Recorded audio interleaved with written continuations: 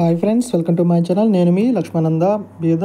ఈరోజు వీడియోలో టాపిక్ వచ్చేసరికి వేంగి చాళుక్యులు గురించి మనం డిస్కషన్ చేద్దాం. సో వేంగి చాళుక్యుల్లో రాజుల యొక్క ముఖ్యమైన అంశాలు అనేది ఈ వీడియోలో మనం తెలుసుకుందాం. సో ఈ వీడియో నుంచి మనకి టూ మార్క్స్ నుంచి 3 మార్క్స్ వచ్చే అవకాశం అనేది ఉంటుంది. సో చాలా ఇంపార్టెంట్ అండి.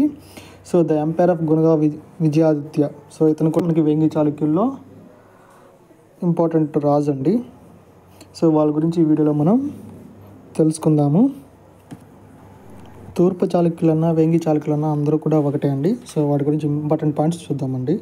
సో చక్రవర్తులు రాజుల్లో కుబ్జ విష్ణువర్ధనుడు ఇతను చాలా ఇంపార్టెంట్ అండి.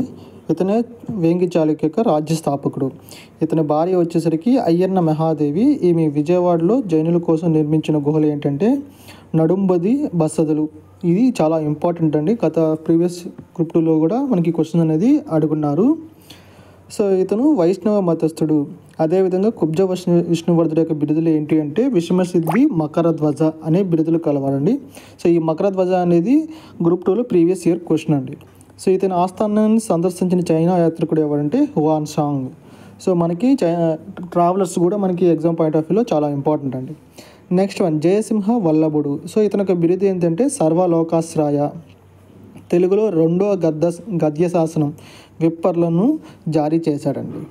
నెక్స్ట్ వన్ 4వ విష్ణువర్ధనుడు.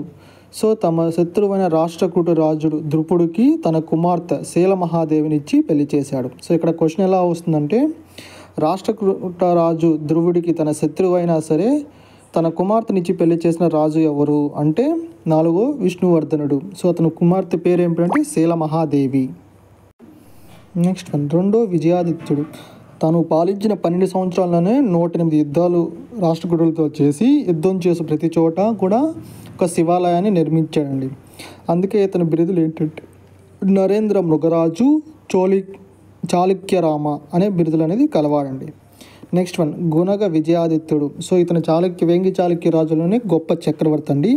సో ఇతని ఆస్థానాన్ని దర్శించిన అరబ్బు యాత్రికుడు ఎవరంటే సులేమాన్. ఈ సులేమాన్ రాసిన గ్రంథమే తారిక్-ఇ-నద్వీ. సో ఇది మనకి ఎగ్జామ్ పాయింట్ ఆఫ్ వ్యూలో ఇంపార్టెంట్. గుణగ విజయాదిత్యుడు రాష్ట్రకూట రాజు అమోఘ వర్షుడి మధ్య జరిగిన యుద్ధాన్నే లింగావల్లి యుద్ధం అంటారు. సో గుర్తుపెట్టుకోండి, లింగావల్లి యుద్ధం. తొలి తెలుగు పద్య శాసనం ఏంటంటే అద్దంకి శాసనం. అద్దంకి శాసనం ఏ శైలిలో ఉందంటే తరువోజా. సో ఈ తరువోజా అనేది మనకి ఎగ్జామ్ పాయింట్ ఆఫ్ వ్యూలో బిట్టుగా వచ్చే అవకాశం అనేది రేపు ఆదివారం జరిగే గ్రూప్ 2లో కూడా ఉండే అవకాశం అనేది ఉంటుందండి. సో అద్దంకి శాసనం ఏ శైలిలో ఉందంటే తరువోజా, తొలి తెలుగు పద్య శాసనం. నెక్స్ట్ వన్ బౌద్ధ మతానికి బాగా నష్టం కలిగించి 5 బౌద్ధ ఆరామాలపై పంచారామాలను నిర్మించిన వాడు ఎవడంటే మొదటి చాళుక్య భీముడు లేదా 1వ చాళుక్య భీముడు. ఇతని ఆస్థానంలో ఉన్న కవయిత్రి ఏమనంటే చల్లవ్వ. నెక్స్ట్ వన్ వేంగి చాళుక్యుల్లో మంత్రిమండలి గురించి మొదట అమ్మిరాజు జారీ చేసిన శాసనం ఏంటంటే మాగల్లు శాసనం. నెక్స్ట్ వన్ యుద్ధమలుడు. ఇతడు విజయవాడలో నాగమల్లీశ్వర స్వామి దేవాలయాన్ని నిర్మించాడు. ఈ దేవాలయ గోడపై ఇతను వేసిన తెలుగు ప్రాచీన పద్య శాసనం ఏ శైలిలో ఉందంటే మధ్యాకర శైలిలో ఉంది. ఇది కూడా ఒక్కసారి గుర్తుపెట్టుకోండి.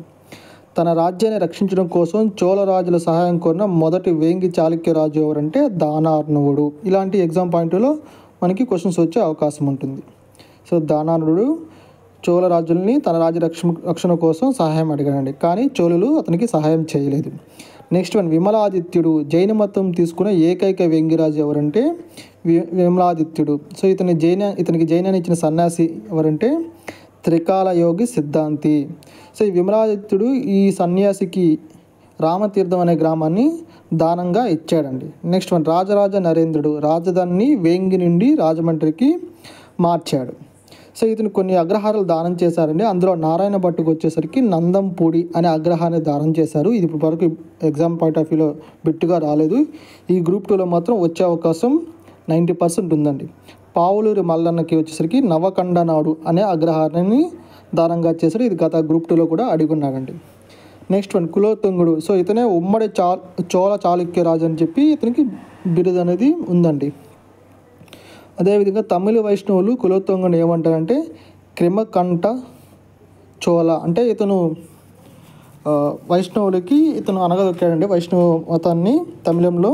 అనగదొక్కాడండి. తమిళ భాషలో తొలి రామాయణం కంబన్ రాసిన కంబరామాయణం. సో ఇది వీడియో నచ్చితే నాకు లైక్ చేయండి, షేర్ చేయండి, సబ్స్క్రైబ్ చేసుకోండి. ధన్యవాదములు.